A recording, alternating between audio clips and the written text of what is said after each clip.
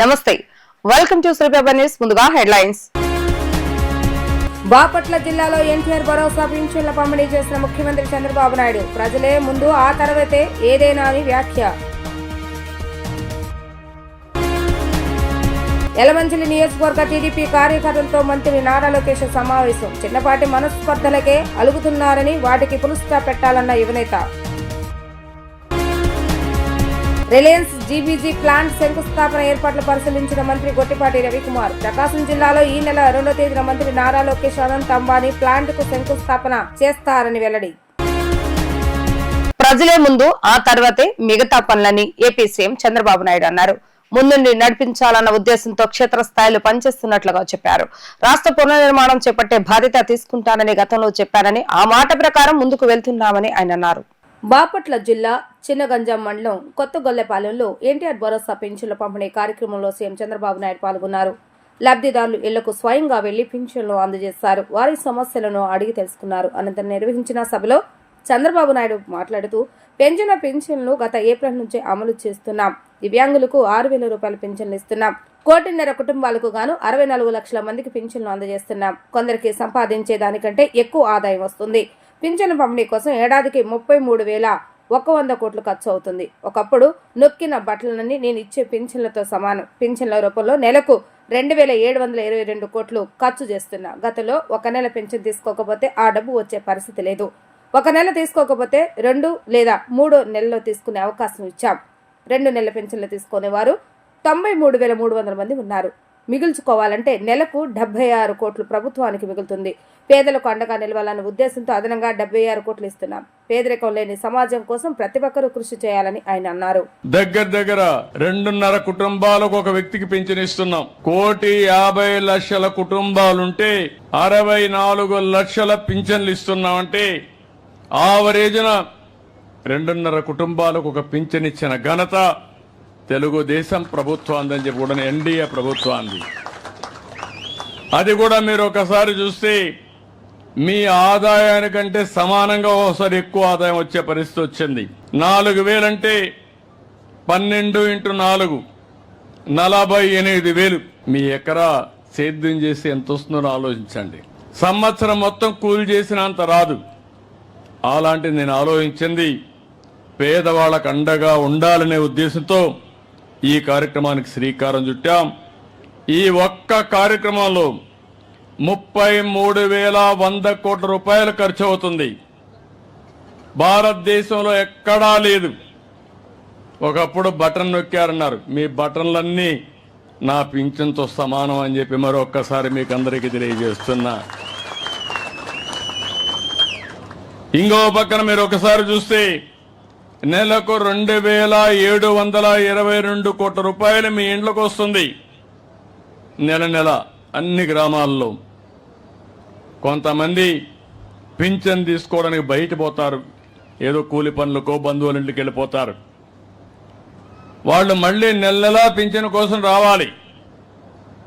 రాకపోతే ఇచ్చే పద్ధతే లేదు. అందుకే నేను ఆలోచించాను, అలాంటి వారికి ఒక నెల రాకపోతే 2వ నెల తీసుకోండి. 2 నెలలు రాకపోతే 3వ నెల కూడా తీసుకునే అవకాశం ఇచ్చాను. ఈరోజు మీరు చూసినప్పుడు దగ్గర 2 నెలలు తీసుకున్న వాళ్ళు 93,324 మంది ఉన్నారు. నేను మిగలబెట్టుకోవాలంటే 76 కోట్లు మిగులుతుంది నెలకి. కాదు, పేదవాడికి అండగా ఉండాలని అదనంగా 76 కోట్ల రూపాయలు నెలకు మీకు ఇస్తున్నానంటే అది పేదవాళ్ల పట్ల అభిమానం. ఇంకో పక్కన మీరు చూస్తే 3 నెలలు తీసుకుని 16,000 ఉన్నారు. వాడుకో 14 కోట్లు ఇస్తున్నాం. వీళ్ళు కాకుండా భార్య భర్త ఉంటారు. భర్తకు పింఛన్ వస్తుంది, భార్యకు రావడం లేదు. భర్త చనిపోతే పింఛన్ ఇవ్వకుండా పోతే అనాథయ్య పరిస్థితి వస్తుంది.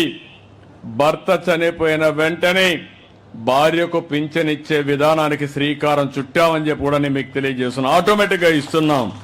టీడీపీ కార్యకర్తలకు ప్రమాద బీమా మరింత పెంచుతున్నామని మంత్రి నారా లోకేష్ వెల్లడించారు. కార్యకర్తలు చిన్న చిన్న విషయాలకు కూడా అలుగుతున్నారని, చిన్నపాటి మనస్పర్ధలు వస్తే అలగటం సరికాదని ఆయన అన్నారు. అనకాపల్లి జిల్లా యలమంచిలి నియోజకవర్గ టీడీపీ కార్యకర్తలతో మంత్రి లోకేష్ సమావేశం నిర్వహించారు. ఈ సందర్భంగా ఆయన కార్యకర్తలను ఉద్దేశించి పలు కీలక వ్యాఖ్యలు చేస్తారు. ఈ సందర్భంగా ఆయన మాట్లాడుతూ తెలుగుదేశం పార్టీ కార్యకర్తలు అలకలకు వెంటనే పుల్ స్టాప్ పెట్టాలని సూచించారు. మొన్నటి ఎన్నికల్లో 58% ఓట్లతో అధికారంలోకి వచ్చామని, అలాంటి మనం మరింత ఉత్సాహంతో పనిచేయాలని చెప్పుకొచ్చారు. చిన్న కుటుంబంలోనే గొడవలు ఉంటాయని, కానీ ఇంత పెద్ద పార్టీలో ఉండవా అని అన్నారు. మీ సమస్యల పరిష్కారం కాకుంటే ఇన్ఛార్జి మంత్రులను కలవాలని సూచించారు. గ్రామంలోని చిన్న సమస్యలు కూడా తనకు తీసుకొచ్చి ఇస్తున్నారని ఆయన వెల్లడించడం జరిగింది. గ్రామస్థాయి సమస్యలను తహసీల్దార్, వీఆర్ఓలు పరిష్కరించాలని తెలిపారు. కార్యకర్తలు సొంత కాళ్లపై నిలబడాలని, వారికి ఉపాధి కల్పించాలని చంద్రబాబు నాయుడు నిత్యం చెబుతుంటారని తెలిపారు. వైఎస్ఆర్సీపీ పాలనలో మనందరినీ అడుగడుగున అడ్డుకున్నారని గుర్తు చేశారు. అందరూ నేతలు, కార్యకర్తలు కూటమి ధర్మం పాటించాల్సిందేనని ఆదేశించారు. అన్ని రంగాల్లో తెలుగు వాళ్లు నెంబర్ 1గా ఉండాలన్నదే మన కూటమి ప్రభుత్వ లక్ష్యమని ఆయన తెలిపారు. నేను చాలా స్పష్టంగా చెప్తున్నా, పార్టీలో యువరక్తం వచ్చింది. యువరక్తానికి ఎట్టుకో జూన్ నుంచి ట్రైనింగ్ ఉంటుంది, అందరికి ట్రైనింగ్ ఉంటుంది. ఇది ఎందుకు చెప్తున్నా అంటే, ఈ మధ్యన ఎక్కడికి వెళ్ళినా అందరు కాగితాలు పట్టుకొచ్చి నాకు ఇస్తున్నారు. అది రెడీగా ఉన్నాడు. నేను ఏమన్నానంటే, గ్రామంలో ఉన్న సమస్యలు ఉంటే మనం వెళ్ళి మాట్లాడాలి, అధికారులతో మాట్లాడాలి, మండల పార్టీ కూర్చోవాలి, పిలిపించాలి, ఆ సమస్య పరిష్కరించాలి. అది పోయింది. ఎందుకు పోయింది కూడా నేను చెప్తా. గత 5 సంవత్సరాలు ఎమ్మెల్యేలు ఏం పీకలేదు రాబాయ్. వాళ్ళు చెప్తే ఈయన నాదుడు లేడు, ఏదో లోకల్ గా అన్ని చేసుకోండి, అసలు మా దగ్గరికి రావద్దని చెప్పారు ప్రజలకి. ఈ రోజు ఎప్పుడైతే తలుపులు తెరిసో సునామీకి వచ్చి మన పైన పడుతున్నాం. నిన్న రాత్రి 11:30కి నేను విశాఖపట్నం పార్టీ హౌస్కి వెళ్ళి అక్కడనే పడుకుంటాను. ఎప్పుడు వచ్చినా విశాఖ పార్టీ హౌస్ లో పడుకుంటా. పార్టీ హౌస్కి వెళ్తే సుమారుగా 200 మంది రెడీగా ఉన్నారు. 11:30కి 11:30 రాత్రికి అంతమంది రెడీగా ఉన్నారు మన కోసం. అంటే కలవాలి, వాళ్ళ సమస్య తెలియజేయాలి. సమస్యలు పరిష్కరించే అధికారం కార్యకర్తలకి ఉంది. నేను చాలా స్పష్టంగా చెప్తాను. వీఆర్ఓ గాని, ఎంఆర్ఓ గాని, ఆర్డీఓ గాని చట్టపరంగా ఏమి చేయాల్సి ఉందో వాళ్ళు చేయాల్సిందే, ఇంక్లూడింగ్ పోలీస్ సోదరులతో సహా. ఇది చాలా స్పష్టంగా నేను ఇన్ఛార్జ్ మంత్రి గారు కూడా చెప్తాం జరిగింది. ఈ రోజు మంత్రి గారు నేను కోరతాం జరిగింది, డిస్కస్ చేశాం. అది అధికారులకి నేను చెప్తాను. ఈ సభాముఖంగా కార్యకర్తలకి, నాయకులు నేను తెలుపుతున్నాను. తెలుగుదేశం పార్టీ కార్యకర్తలు కబ్జాదారులు కావు. మనం ఎవరు కొట్టాం, మనం ప్రజల కోసం సేవ చేసాం వచ్చాం. ఇప్పుడే పల్లన్న అన్నారు, విశ్వవిఖ్యాత నట సార్వభౌమ స్వర్గశ్రీ నందమూరి తారక రామారావు గారి సిద్ధాంతాలు మనకున్నాయి. ఇప్పుడు కూడా ఆ సిద్ధాంతాల పరంగా మనం అందరం నడవాలి. తెలుగు వాళ్ళు ఎక్కడున్న అగ్రస్థానంలో ఉండాలనేది మన లక్ష్యం. అన్ని రాష్ట్రాల కన్నా అన్ని రంగాల్లో ఆంధ్ర రాష్ట్రం నంబర్ 1 ఉండాలి, తెలుగు వాళ్ళు నంబర్ 1 ఉండాలనేదే మన లక్ష్యం. దానికి మనందరం కష్టపడాలి, కలిసిగట్టుగా పని చేయాలి. ప్రకాశం జిల్లా దివకరపురంలో రిలయన్స్ సంస్థ కంప్రెస్డ్ బయోగ్యాస్ ప్లాంట్ ను ఏప్రిల్ 2వ తేదీన మంత్రి లోకేష్, అనంత్ అంబానీ శంకుస్థాపన చేయనున్నారు. ఇందుకు సంబంధించిన ఏర్పాట్లను మంత్రి గొట్టిపాటి రవికుమార్ అధికారులతో కలిసి పరిశీలించారు. ఈ 5 ఏళ్లలో 20 లక్షల ఉద్యోగాల కల్పనే లక్ష్యంగా కూటమి ప్రభుత్వం పనిచేస్తుందని గొట్టిపాటి రవికుమార్ తెలిపారు. ప్రకాశం జిల్లా దివాకరపురంలో రిలయన్స్ సంస్థ తొలి కంప్రెస్డ్ బయోగ్యాస్ ప్లాంట్ ను ఏర్పాటు చేయనుంది. దీనికి ఏప్రిల్ 2న మంత్రి లోకేష్, అనంత్ అంబానీ శంకుస్థాపన చేయనున్నారు. ఇందుకు సంబంధించిన ఏర్పాట్లను విద్యుత్ శాఖ మంత్రి గొట్టిపాటి రవికుమార్, ఎమ్మెల్యేలు ముత్తుముల అశోక్ రెడ్డి, ఉగ్ర నరసింహారెడ్డి పరిశీలించారు. శంకుస్థాపన ప్రాంతంతో పాటు హెలిప్యాడ్ సభా వేదికను పరిశీలించి పలు సూచనలు చేశారు. ఈ 5 ఏళ్లలో 20 లక్షల ఉద్యోగాల కల్పనే లక్ష్యంగా కూటమి ప్రభుత్వం పనిచేస్తుందని గొట్టిపాటి రవికుమార్ తెలిపారు. రాష్ట్ర వ్యాప్తంగా 500 ప్లాంట్ల ఏర్పాటుకు రిలయన్స్ ముందుకొచ్చిందని వారు పేర్కొన్నారు. త్వరలోనే మార్కాపురం, గిద్దలూరు, దర్శి ప్రాంతాల్లో కూడా సిబిజీ యూనిట్లు ఏర్పాటు చేస్తామని వివరించారు. నిరుపయోగంగా ఉన్న భూములకు వినియోగంలోకి తెస్తున్నామని తెలిపారు. ప్రభుత్వ భూమికి ఎకరానికి 15,000, ప్రైవేటు భూమికి 31,000 కౌలు చెల్లించనున్నట్లుగా వెల్లడించారు. తద్వారా జిల్లాలో ఉపాధి అవకాశాలు మెరుగుపడి వలసలు ఆగుతాయని విశ్వాసం వ్యక్తం చేశారు. కనిగిరి ప్రాంతంలో మనం రిలయన్స్ సిబిజీ ప్లాంట్ ఓపెన్ చేయడానికి మన నారా లోకేష్ గారు, అదేవిధంగా అనంత్ అంబానీ గారు, వాళ్ళకి సంబంధించిన వాళ్ళు అందరూ కూడా ఇక్కడ రావడం జరుగుతుందన్నమాట. ముఖ్యంగా గ్రామీణ ప్రాంతాల్లో కూడా వ్యవసాయం కూడా పనికిరాని భూముల్ని కూడా ఇది డెవలప్ చేసేసి రిలయన్స్ సంస్థ ద్వారా గడ్డి లాంటివి పండించి, నైట్రోజన్ గ్యాస్ని పండించి తద్వారా గ్యాస్ తయారు చేయాలనే ఉద్దేశంతో ఇక్కడ ప్లాంట్ పెడుతున్నాం. దాదాపు ప్రభుత్వ భూమి కూడా దాదాపు 5,000 ఎకరాలు ఇచ్చాం. ఈ ఎకరా భూమికి కూడా వాళ్ళు కూడా మనకు 15,000 కౌలు దాకా ఇస్తా ఉంటారు అన్నమాట. నేను దాకా ఉపయోగపరంగా లేకుండా ఉంది ఈ భూమి అంతా కూడా. దీన్ని డెవలప్మెంట్లో తీసుకొస్తా ఉన్నాం. మొదటి నుంచి కూడా కూటమి ప్రభుత్వం చంద్రబాబు గారి నాయకత్వంలో అధికారంలోకి వచ్చిన దగ్గర నుంచి కూడా గ్రామీణ ప్రాంతాల్లో కానీ ఈ ప్రాంతాల్లో ఉన్న ఉద్యోగస్తులు 20 లక్షల ఉద్యోగ కల్పన ధ్యేయంగా పనిచేస్తా ఉన్నాము. దాంట్లో భాగంగా మొదట ఈ ప్లాంట్ ప్రకాశం జిల్లా తీసుకొస్తున్నాం. దాదాపు ఇక్కడ మదర్ ప్లాంట్ పెడుతున్నారు. అంటే 20 టన్నులు కాకుండా దాదాపు 100 టన్నుల ప్లాంట్ పెట్టాలనేది ఉండాలి. దాని ద్వారా మామూలుగా 20 టన్నుల ప్లాంట్కి 250 మంది డైరెక్ట్గా కానీ ఇండైరెక్ట్గా కానీ ఒక 500 మంది పనిచేస్తామని చెప్పి అనుకున్నాము. వాళ్ళు చెప్పిన దాని ప్రకారం లెక్కల ప్రకారం దాదాపు ఇక్కడ కనుక 100 టన్నులు కనుక పెడితే కనుక చాలా ఎక్కువ మందికి ఉపాధి కలిగింది. దాంతోపాటు రైతులకు కూడా కౌలు రావటం కానీ, కౌలుకి ఇచ్చుకుంటా అంటే కౌలుకి ఇచ్చుకోవటం కానీ 31,000 మీద, లేదనుకుంటే కనుక వాళ్లే పండించి గ్రాసును తీసుకొచ్చి ఈ ప్రాంతంలో ప్లాంట్కి ఇవ్వటం కానీ రకరకాల మోడల్స్లో పనిచేస్తూ ఉంటారు వీళ్ళందరూ. ముఖ్య ఉద్దేశం ఏంటంటే ఉద్యోగ కల్పన, వేస్ట్ ల్యాండ్స్ని ఉపయోగంలో తీసుకురావడం. ఈ రెండు దృష్టిలో పెట్టుకొని నారా చంద్రబాబు నాయుడు గారు ఈ కార్యక్రమం తీసుకొస్తున్నారు. లోకేష్ గారు ముఖ్యంగా ప్రత్యేకంగా దృష్టి పెట్టి ఈ కార్యక్రమాన్ని ముందుకు నడిపించారు. సరే, ఎంతమందికి ఉపాధి ఇక్కడ బాగు చేయట్లేదు. ల్యాండ్స్ కౌలుకి ఇచ్చినా సరే 4-5 వేల కంటే కౌలు రావట్లేదు, వేసిన పంట చేతికి రావట్లేదు. అట్లాంటి ప్రాంతంలో ల్యాండ్స్ అన్ని డెవలప్ చేసేసి వాళ్ళ సహాయ సహకారాలు కూడా తీసుకొని ల్యాండ్స్ డెవలప్ చేసి గడ్డి పండించి ఆ గడ్డి ద్వారా మనం చేస్తా ఉన్నాం. అర్థమైందా? ప్రభుత్వ భూమి కానీ ప్రైవేట్ ల్యాండ్కి కానీ మనం వాళ్ళ దగ్గర కౌలు తీసుకుంటున్నాం. దానికి ఒక సిస్టమ్ డెవలప్ చేసుకున్నాం. మన ల్యాండ్కి డబ్బులు వస్తుంది, చుట్టుపక్కల ఉపాధి వచ్చేసి. సార్, ఈ ప్రాజెక్టుకి ఎన్ని ఎకరాలు కేటాయించారు? దాదాపు ఇప్పుడు 4,900 ఎకరాల పైన కేటాయించాం ఈ ప్రాంతానికి. రాబోయే రోజుల్లో ఇక్కడ గిద్దలూరు, కనిగిరి, మార్కాపురం, దరిచి, లేకపోతే కొంత కొండేపి, నిన్న మంత్రి గారు వచ్చి కొండేపిలో కూడా పెట్టించని మా రైతులు కూడా ముందుకు వస్తున్నారు అన్నమాట. ఇట్లాంటివన్నీ ఫస్ట్ ఒక ప్లాంట్ పెట్టి చూసిన తర్వాత వాళ్ళు కూడా ముందుకు వస్తూ ఉన్నారు. వచ్చి మిగతా ఎక్కువగా విస్తరిస్తాం. దాదాపు 500 ప్లాంట్లు పెట్టాలని అనుకున్నారు. మన రాష్ట్ర వ్యాప్తంగా ఎక్కడైతే ఈ ల్యాండ్స్ ఉన్నాయో ఇట్లాంటి ల్యాండ్స్ ఉన్న చోట అన్ని చోట్ల కూడా పెట్టిస్తున్నాం.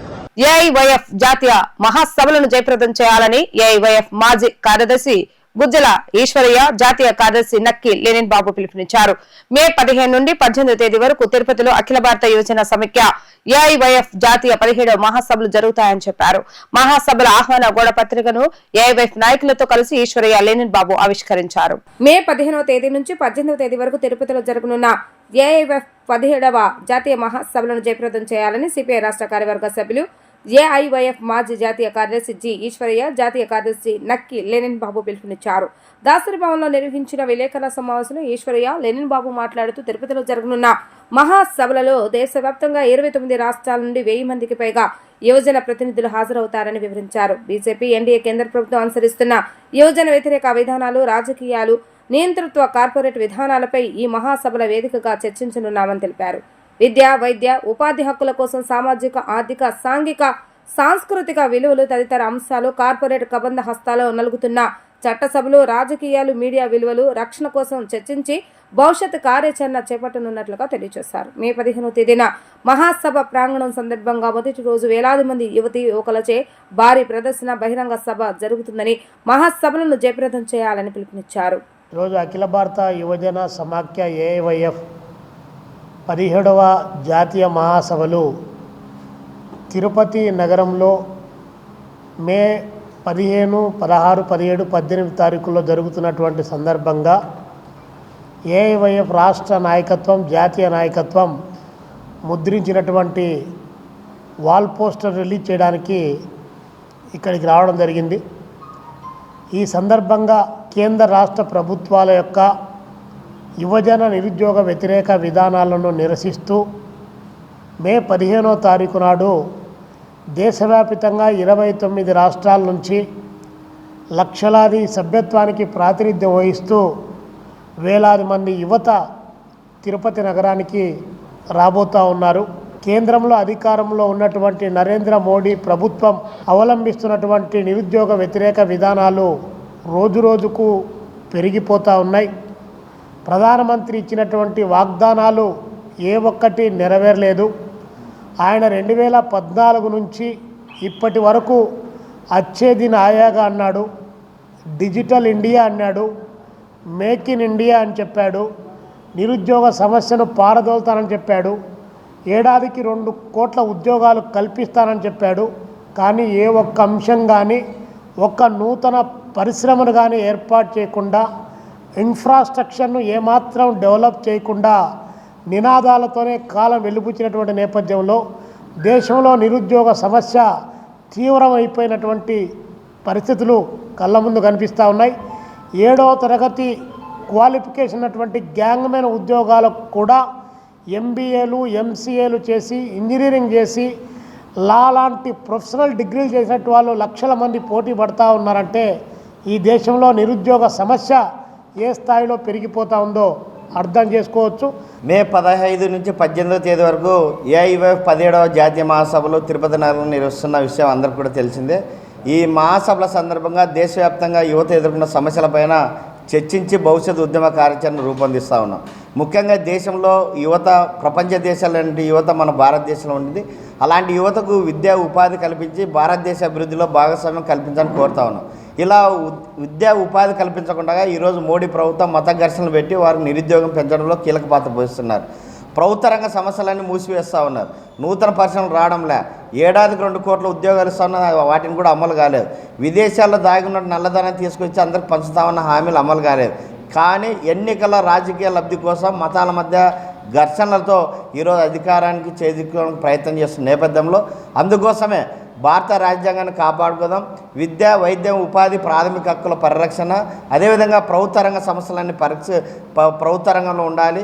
నూతన పరిశ్రమలు రావాలి. చదువుకున్న వాళ్ళందరూ కూడా ఉద్యోగం, ఉపాధి కల్పించాలని ప్రధానమైన డిమాండ్లతో Bhagat Singh national employment guarantee act ద్వారా దేశంలో ఉద్యోగాలు భర్తీ చేయమని కోరుతా ఉన్నాం. గ్రామీణ క్రీడాకారులను ప్రోత్సహించాలన్న సదుద్దేశంతో క్రీడా భారతి ఆంధ్రప్రదేశ్ పనిచేస్తుందని ఒలింపియన్ అండ్ ఆంధ్రప్రదేశ్ క్రీడా భారతి అధ్యక్షులు ఎంవి మాణిక్యాలు తెలిపారు. ఆంధ్రాలోని యువతను, బాలబాలికలను క్రీడల్లో ప్రోత్సహించి దేశంలో ఆంధ్రప్రదేశ్ అగ్రస్థానంలో నిలిచేలా కృషి చేయడమే తమ ధ్యేయమని అన్నారు. గ్రామీణ స్థాయి క్రీడాకారులు ఆంధ్రప్రదేశ్ కు ఎక్కువని, ఒలింపిక్స్ లో కూడా క్రీడాకారులు పథకాలు సాధించే విధంగా తమ సంస్థ తోడ్పడుతుందని అన్నారు. విజయవాడ ప్రెస్ క్లబ్ లో క్రీడా భారతి ఆంధ్రప్రదేశ్ ప్రతినిధుల విలేకరుల సమావేశాన్ని నిర్వహించారు. ఈ సందర్భంగా వార్షిక సభ్యత్వ నమోదు కార్యక్రమాన్ని క్రీడా భారతి అధ్యక్షుడు ఎంవి మాణిక్యాలు ప్రారంభించారు. ఈ సందర్భంగా మాణిక్యాలు మాట్లాడుతూ సభ్యత్వ నమోదు కార్యక్రమం ఏప్రిల్ 1వ తేదీ నుంచి 30వ తేదీ వరకు జరుగుతుందని తెలిపారు. ఈ సభ్యత్వ నమోదు కార్యక్రమంలో ప్రతి ఒక్క క్రీడాకారుడు పాల్గొని తమ పేర్లను నమోదు చేసుకుని క్రీడా భారతిలో భాగస్వాములు కావాలని తెలిపారు. ఈ రోజు మొత్తం 100 మందికి తన చేతుల మీదుగా మెంబర్షిప్ ఇవ్వడం ఎంతో అదృష్టకరంగా భావిస్తున్నానని చెప్పారు. రాబోయే 2030వ సంవత్సరంలో కామన్వెల్త్ గేమ్స్ మరియు 2036వ సంవత్సరం ఒలింపిక్స్ భారతదేశం నిర్వహిస్తుందని, ఈ క్రీడా పోటీలకు ఆంధ్రప్రదేశ్ క్రీడాకారులు ఎక్కువ పథకాలు సాధించే విధంగా సంస్థ తోడ్పాటు పడుతుందని చెప్పారు. క్రీడా భారతి తిరుపతి జిల్లా అధ్యక్షుడు చెరుకూరి వెంకటేశ్వర ప్రసాద్, క్రీడా భారతి రాష్ట్ర కార్యదర్శి పి ధనుంజయ రెడ్డి మాట్లాడుతూ రాష్ట్ర ప్రభుత్వం ఇటీవల స్పోర్ట్స్ పాలసీ విడుదల చేశారు. అందులో స్పోర్ట్స్ కోటా రిజర్వేషన్ 2% నుంచి 13% వరకు పెంచినందుకు రాష్ట్ర క్రీడా భారతి తరపున రాష్ట్ర ప్రభుత్వాన్ని అభినందించారు. ఈ కార్యక్రమంలో మాజీ కార్పొరేటర్ గండూరి మహేష్, రాష్ట్ర క్రీడా భారతి సంయుక్త కార్యదర్శి ఎం సురేందర్ రెడ్డి, వికేఎస్ రాష్ట్ర ఉపాధ్యక్షులు ఏ గాంధీ, గుంటూరు జిల్లా క్రీడా భారతి కార్యదర్శి కొసన వేణుగోపాలరావు, చిరంజీవి తదితరులు పాల్గొన్నారు. క్రీడా భారతి వార్షిక యోజనలో భాగంగా ప్రతి సంవత్సరము ఏప్రిల్ మాసంలో 1వ తారీఖు నుంచి 30వ తారీఖు వరకు ఈ మెంబర్షిప్ డ్రైవ్ సభ్యత్వ నమోదు కార్యక్రమం చేస్తుందండి. దానిలో భాగంగా ఈరోజు విజయవాడ ప్రెస్ క్లబ్లో ఈ సభ్యత్వ నమోదు కార్యక్రమాన్ని ప్రారంభించుకోవడానికి ఇక్కడికి వచ్చాము. అలాగే ఈ క్రీడా భారతి దేశం మొత్తం మీద అన్ని రాష్ట్రాల్లో కూడా ఉంది కమిటీలు. 1992లో ఈ క్రీడా భారతిని ప్రారంభించడం జరిగింది. క్రీడలని, సామర్థ్యం కలిగిన క్రీడాకారులని వెలికితీసి దేశంలో అత్యున్నతమైన పురస్కారాలు అందుకోవాలనే ప్రతిభ చూపించే విధంగా వాళ్ళని అనుసంధానం చేస్తూ క్రీడా సంఘాలకి వాలంటరీ ఆర్గనైజేషన్ అండి. ఇది క్రీడలను ప్రోత్సహిస్తున్న ఏకైక వాలంటరీ ఆర్గనైజేషన్, క్రీడలలో ఉన్న ఏకైక ఆర్గనైజేషన్ క్రీడా భారతి అండి భారతదేశంలో. ఇది అదేవిధంగా గ్రామీణ ప్రజలలో అందరికీ కూడా వ్యాయామం పట్ల ఆసక్తిని పెంచి ప్రాచీన క్రీడలను ప్రోత్సహించి ఆ వ్యాయామం ద్వారా అందరూ కూడా ఆరోగ్యంగా ఉండాలి, ప్రజల ఆరోగ్యంతో పాటు దేశం ఆరోగ్యంగా ఉంటుందనే కాన్సెప్ట్తో ఈ క్రీడా భారతి ఆర్గనైజేషన్ ముందుకెళ్తుంది. దీంట్లో ప్రతి సంవత్సరం కూడా వార్షిక యోజన 5 కార్యక్రమాలు ఖచ్చితంగా చేస్తుంది. అవి కాకుండా ఈ అంతర్జాతీయ యోగా దివస్ నాడు, జాతీయ క్రీడా దినోత్సవం నాడు జిజియామాత సమ్మాన్ ప్రదానం చేసే రోజు, ఇవన్నీ కూడా క్రీడలను కూడా ప్రోత్సహిస్తూ ప్రాచీన క్రీడలు కబడ్డీ, ఖోఖో, అదేవిధంగా కొన్ని వెనుకబడిన వర్గాల నుంచి అంటే మత్స్యకారులు కావచ్చు, గిరిజన వాళ్ళు కావచ్చు, వాళ్ళ నుంచి ప్రతిభ క్రీడాకారులను సేకరించి అకాడమీలకి అనుసంధానం చేసి వాళ్ళని జాతీయ స్థాయిలో ప్రతిభ కనపరిచేటట్టుగా పనిచేస్తూ ఉంటుందండి. ఈ క్రీడా భారతిని ఆంధ్రప్రదేశ్లో డెవలప్ చేయాలనే ఉద్దేశంతో ఎక్కువగా మన కమిటీలన్నీ కూడా మళ్ళీ పునఃప్రారంభించారు. ఈ కమిటీలన్నింటిలో లాస్ట్ 1 year నుండి కూడా ఈ కమిటీ యాక్ట్ చేస్తుంది. ఈ మొత్తం 19 జిల్లాల్లో మొత్తం అంతా కూడా ఇప్పటి వరకు కూడా అన్ని డిస్ట్రిక్ట్లు పార్టిసిపేట్ 20 జిల్లాలకి కంప్లీట్ అయ్యింది. ఇంకొక 5 జిల్లాలో ఈ అసోసియేషన్స్ పెట్టాలి. ఇప్పటి వరకు జరుగుతుంది. తక్కిన జిల్లాలన్నీ కూడా 20 జిల్లాల్లో కూడాను చాలా యాక్టివ్గా జరుగుతుంది. మాకేంటంటే క్రీడా భారతి రాయలసీమలోనూ చాలా స్పీడ్గా కార్యక్రమం అంతా రన్ అవుతుంది. అక్కడ రాయలసీమ ఇదంతా కూడాను ఇటు గుంటూరు నుండి శ్రీకాకుళం వరకు కూడాను ఈ కార్యక్రమాన్ని ఉద్రేకంగా చేయాలనే ఐడియాతో మేము ఎక్కువగా దృష్టి పెడుతున్నాం. రెండోది క్రీడా భారతి మోడీ గారు తాలూకా ఉద్దేశం కానీ తర్వాత ఈ క్రీడా భారతి తాలూకా ఉద్దేశం ఏంటంటే గ్రామీణ క్రీడలు డెవలప్ చేయాలని ఒక పాయింట్ అయితే మెయిన్ ఈ క్రీడల్ని ఈ క్రీడలన్నీ కూడాను ఒకే గుడి కింద తీసుకురావాలి, నిస్వార్థంగా చెయ్యాలి. ఈ దేశానికి సేవ అందించడానికి ఈ క్రీడా భారతి తన వంతు సహకారం చేస్తుంది. నార్త్ ఇండియాలోనూ చాలా స్పీడ్గా వర్కౌట్ అవుతుంది క్రీడా భారతి అంతా కూడాను. ఎందుకంటే నార్త్ ఇండియాలోనూ అన్ని జిల్లాల్లో కాదు అన్ని స్టేట్లు కూడాను క్రీడా భారతి పవర్ఫుల్గా ఉంది. మనం ఇంకా సౌత్ ఇండియాలోనూ ఇంకా అంత పవర్ఫుల్గా వస్తుందని ఆశిస్తున్నాం. రెండోది ఈ క్రీడా భారతి వల్ల ఉపయోగం ఏంటంటే ఈ గ్రామీణ స్పోర్ట్స్ ఎప్పుడైతే డెవలప్ అవుతుందో దేశం అంతా ఎక్కువగా డెవలప్ అవుతుంది. రేపు కామన్వెల్త్ గేమ్స్ కానీ ఇండియన్ ఒలింపిక్ చేయాలనుకున్న కార్యక్రమాలు కానీ అవి డెవలప్ అవ్వాలంటే ఇప్పటి నుండి కూడా గ్రామీణ స్పోర్ట్స్ని 1930 నుండి 35 వరకు కూడాను ఈ ఒలింపిక్ కామన్వెల్త్ గేమ్స్ డెవలప్ అవ్వాలి అంటే ఇప్పటి నుండి క్రీడా భారతి విలేజెస్లో రావాలి. విలేజెస్ పట్టు ఉండాలి. విలేజెస్ పట్టు ఏ రోజు అయితే వస్తుందో ఆ రోజు ఇంటర్నేషనల్స్ మనకి మంచి క్లారిటీ అయిన స్పోర్ట్స్ మ్యాన్స్ వస్తారని కూడా. రెండోది ఇప్పుడు గవర్నమెంట్ అంతా కూడా మనకి ఇంటర్నేషనల్ మ్యాచ్ ఎక్కువగా కండక్ట్ చేస్తే మనకి స్పోర్ట్స్ వసతులన్నీ కూడా డెవలప్ అవుతాయి. మన ఆంధ్రప్రదేశ్లో అద్దింట్లో ఉన్నట్టే మనమంతా కూడా ఇప్పుడు మనకంటూ ఎక్విప్మెంట్ కానీ మనకంటూ స్టేడియంలు కానీ తక్కువ ఉన్నాయి. లేవని నేను అనటానికి ఛాన్స్ లేదు కానీ ఉన్నాయి. ఇప్పుడు రేపు ఫ్యూచర్లోనూ మన ఆంధ్రప్రదేశ్లోనూ కూడా ఎక్కువగా క్రీడలు స్టేడియంలు అన్నీ డెవలప్ అవ్వాలంటే త్రూ ఆంధ్రప్రదేశ్లో మొత్తం అంతా కూడాను క్రీడా భారతి ద్వారా మేము చేయవలసిన వర్కౌట్ అంతా కూడా చేస్తాము. కొత్త సెంట్రల్ గవర్నమెంట్ అంతా కూడా వారితో మాట్లాడి స్టేడియంలు అన్నిటి మీద కూడా దృష్టి పెడతాము. ఈ స్టేడియంలన్నీ డెవలప్ ఎప్పుడైతే అయిందో ఆటోమేటిక్గా స్పోర్ట్స్ మెన్స్ ఇంటర్నేషనల్ మెడలిస్టులు అందరూ తయారవుతారు.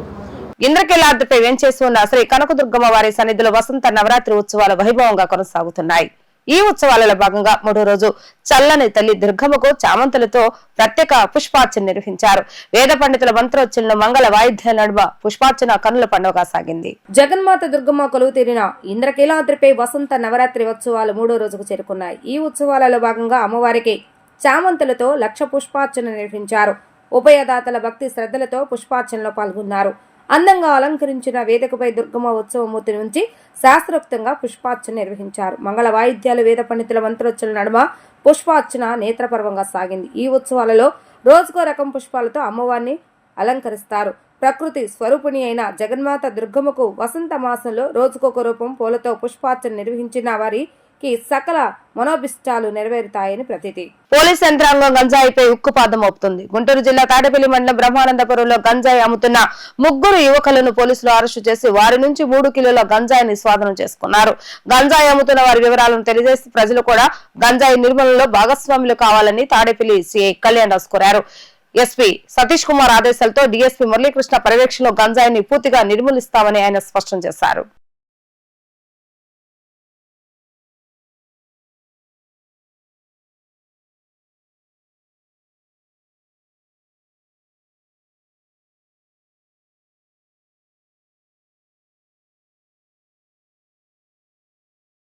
ఎక్కువ మంది పిల్లలను కనమని సీఎం చంద్రబాబు నాయుడు పదే పదే చెప్పడం వీడియోలో హాస్యాస్పదమని ఏపీసీసీ ముఖ్య అధికార ప్రతినిధి ఎన్ తులసిరెడ్డి అన్నారు. ఇప్పటికే జనాభాలో ప్రపంచంలో నెంబర్ 1 స్థానంలో ఉన్నామని అన్నారు. యువతకు ఉపాధి ఉద్యోగాలు లేవని, మద్యం డ్రగ్స్ గంజాయికి బానిసలే యువత సంఘ వ్యతిరేక శక్తులుగా తయారై తల్లిదండ్రులకు భారం అవుతున్నారని అన్నారు. దేశంలో నిరుద్యోగం, నిరక్షరాస్యత, పేదరికం ఎక్కువగా ఉన్నాయని, మన పొరుగు దేశాలపై సూచక కాలాల్లో మనకంటే బాగున్నాయి. పులిని చూసి నక్క వాతలు పెట్టుకున్న చందాగా అభివృద్ధి చెందిన దేశాల జనాభా తగ్గిపోతూ వృద్ధులు ఎక్కువైపోతున్నారని, మనకు కూడా ఆ పరిస్థితి రాకుండా ఉండాలంటే ఎక్కువ మంది పిల్లలను కనాలని ముఖ్యమంత్రి చెప్పడం సమర్థనీయం కాదన్నారు. సీఎం చంద్రబాబు నాయుడు ఈ విషయంలో పునరాలోచించాలని తులసిరెడ్డి అన్నారు. ఆంధ్రప్రదేశ్ ముఖ్యమంత్రి చంద్రబాబు నాయుడు గారు ఒక అంశాన్ని గురించి పదే పదే అడ్వకేట్ చేస్తున్నారు. ఏమని? ఎక్కువ మంది పిల్లల్ని కనండి, జనాభా పెరగాలి, ఇది అత్యంత ఆవశ్యకం అని చెప్పి ఆయన ప్రతి మీటింగ్లో చెప్తున్నాడు. నిన్న తెలుగుదేశం పార్టీ ఆవిర్భావ దినోత్సవం సందర్భంగా చెప్పాడు, అంతకుముందు కలెక్టర్ల సమావేశంలో చెప్పాడు. అకేషన్ వచ్చిన ప్రతి సందర్భంలో కూడా ఆయన పదే పదే ఈ పాలసీ గురించి అడ్వకేట్ చేస్తున్నాడు. ప్రస్తుత పరిస్థితుల్లో ఆయన చెప్పే విషయం అంత సమంజసం కాదన్నది కాంగ్రెస్ పార్టీ అభిప్రాయం. ఎందుకంటే ప్రస్తుత దేశ పరిస్థితి, ప్రపంచ పరిస్థితి చూస్తే ప్రపంచంలో 242 దేశాలు ఉన్నాయి. ఐక్యరాజ్య సమితిలో ఆ లిస్టు ప్రకారం చూస్తే ప్రపంచంలో 242 దేశాలు ఉన్నాయి. ప్రపంచ జనాభా 809 కోట్లు. అందులో భారతదేశపు జనాభా 144 కోట్లు. ప్రపంచ జనాభా 809 కోట్లు, దేశాలేమో 242. మన ఒక్క దేశపు జనాభానే 144 కోట్లు. అది నంబర్ 1 ప్లేస్లో ఉన్నాం. నంబర్ 2 చైనా 142 కోట్లు. నంబర్ 3 అమెరికా 34 కోట్లు. ఇప్పటికే చైనాను దాటిపోయాం. ప్రపంచంలో జనాభాలో నంబర్ 1 ప్లేస్లో ఉన్నాం. ఇప్పటికే ప్రజెంట్ ఉన్నటువంటి జనాభాకు, ప్రత్యేకించి యువతకు, వాళ్ళకు కనీస అవసరాలు కూడు, గూడు, గుడ్డ, విద్య, వైద్యం ఇవే అందించలేని పరిస్థితిలో ఉన్నాం. ఇప్పటికే ప్రపంచంలో పేదవాళ్ళు ఎక్కువ ఉన్న దేశం భారతదేశం, నిరక్షరాస్యులు ఎక్కువగా ఉన్న దేశం భారతదేశం, నిరుద్యోగులు ఎక్కువగా ఉన్న దేశం భారతదేశం. ఇప్పటికే రాష్ట్రంలో, దేశంలో ఉండేవారికే, ప్రత్యేకించి యువతకు, వాళ్ళకు ఉద్యోగాలు, ఉపాధి చూపించలేకపోతున్నాం. పర్యవసానంగా అనేక మంది యువత అసాంఘిక శక్తులుగా తయారై మద్యము, గంజాయి, డ్రగ్స్కు బానిసలై అసాంఘిక శక్తులుగా తయారైపోయి తల్లిదండ్రులకు భారంగా పరిణమిస్తున్నారు. వార్తలు ముగించే ముందు హెడ్లైన్స్ మరొకసారి. బాపట్ల జిల్లాలో ఎన్టీఆర్ భరోసా పింఛన్ల పంపిణీ చేసిన ముఖ్యమంత్రి చంద్రబాబు నాయుడు. ప్రజలే ముందు, ఆ తర్వాతే ఏదైనా అని వ్యాఖ్య. యలమంచిలి నియోజకవర్గ టీడీపీ కార్యకర్తలతో మంత్రి నారా లోకేష్ సమావేశం. చిన్నపాటి మనస్పర్ధలకే అలుగుతున్నారని, వాటికి పులుస్తా పెట్టాలన్న యువనేత. రిలయన్స్ జీబీజీ ప్లాంట్ శంకుస్థాపన ఏర్పాట్లు పరిశీలించిన మంత్రి గొట్టిపాటి రవికుమార్. ప్రకాశం జిల్లాలో ఈ నెల 2వ తేదీన మంత్రి నారా లోకేష్ అనంత్ అంబానీ ప్లాంట్ కు శంకుస్థాపన చేస్తారని వెల్లడి. ఇవి ఈ రోజు వార్తా విశేషాలు. మళ్ళీ తిరిగి ప్రసారం మళ్ళీ కలుద్దాం. అంతవరకు సెలవు. నమస్కారం.